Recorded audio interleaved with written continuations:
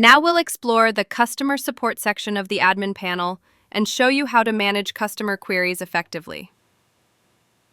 The customer support module allows admins to view and manage any tickets or queries raised by customers. Admins can easily track issues and update their status.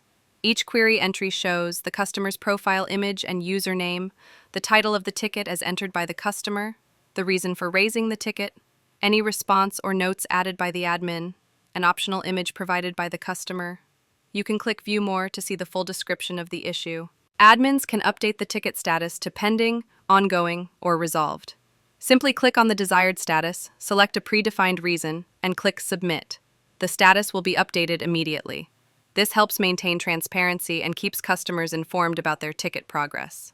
Predefined reasons help standardize responses across the support team. Admins can view the list of predefined reasons, edit or delete existing reasons, add new predefined reasons by entering the reason and clicking Submit. The customer support section ensures that all customer queries are organized and addressed efficiently. Admins can view details, update ticket statuses, and manage reasons, all from one centralized dashboard. That's a quick overview of the customer support feature in the admin panel.